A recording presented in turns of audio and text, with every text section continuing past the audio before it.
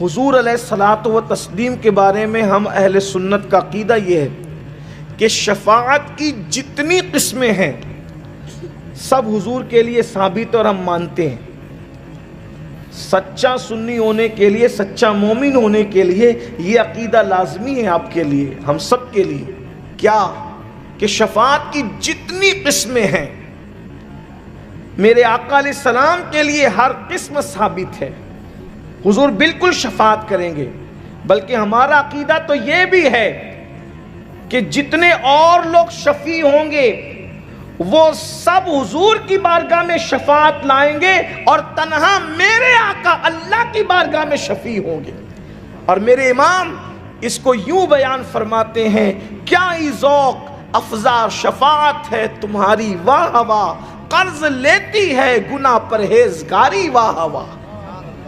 ہم شفاعت کی ہر قسم پر ایمان رکھتے ہیں اور رکھنا بھی چاہیے، کیونکہ اللہ کے رسول علیہ السلام نے ارشاد فرمایا کہ میری شفاعت ہلاک ہونے والوں کے لیے، میری شفاعت بڑے گنہگاروں کے لیے ہے۔ لیکن اب آئیے، اللہ کے رسول صلی اللہ علیہ وآلہ وسلم کے یہ سارے فرامین حق ہے، لیکن اگر آپ یہ سوچتے ہیں کہ ہم نماز چھوڑ دیں، نماز ترک کر دیں، تو اللہ کے رسول علیہ السلام یہ بھی فرما رہے ہیں کہ جس نے جان بوجھ کر نماز چھوڑ دی، قیامت کے دن اس کے ساتھ میرا کوئی وعدہ نہیں۔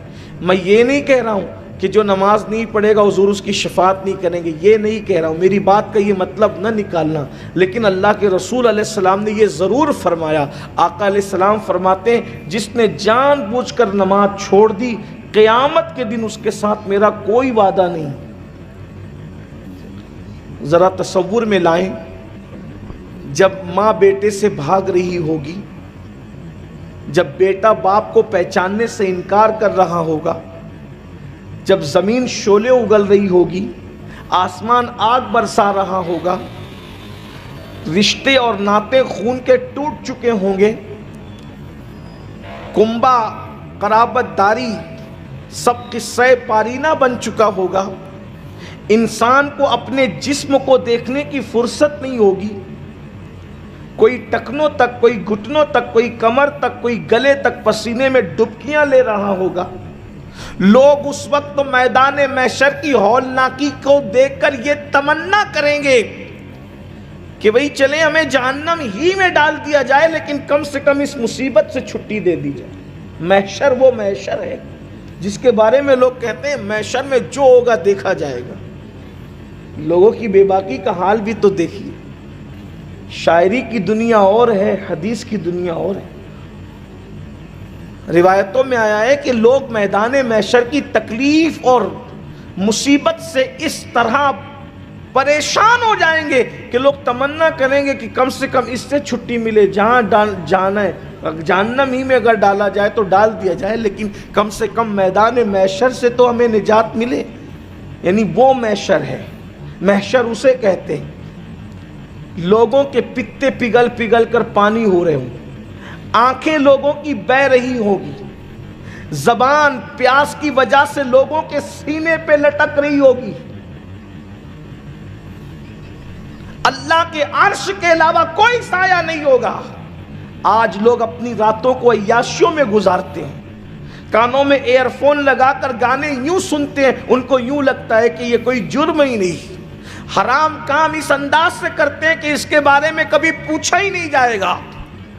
آج مسلمانوں میں سود اور بیاج جس طریقے سے عام ہو رہا ہے، ایسا لگتا ہے کہ خوف خدا دلوں سے اٹھ چکا ہے۔ کل تک تو صرف مرد ہی سود میں مبتلا تھے، آج تو عورتیں بھی سود خوروں میں شامل ہو رہی ہیں۔ بلکہ اسلاف کی طرف سے یہ اعلان ہے کہ سور کھانا بھی حرام ہے اور سود کھانا بھی حرام، دونوں حرام، سور بھی حرام، سود بھی حرام۔ لیکن سور سے زیادہ برا، سور کے گوشت سے زیادہ برا سود کھانا ہے۔ کیوں؟ اس لیے کہ جو سور کھا رہا ہے وہ حرام کام ضرور کر رہا ہے، لیکن سور کھانے والوں کے لیے اللہ نے جنگ کا اعلان نہیں کیا، مگر جو سود کھاتے ہیں اللہ نے ان سے جنگ کا اعلان کیا ہے۔ پھر بھی لوگوں کی آنکھیں نہیں کھلتی۔ اللہ کا اعلان ہے ہم سود کو ہلاک کریں گے، سود کو برباد کریں گے اور تجارت میں برکت عطا کریں گے۔ الگ الگ نام سے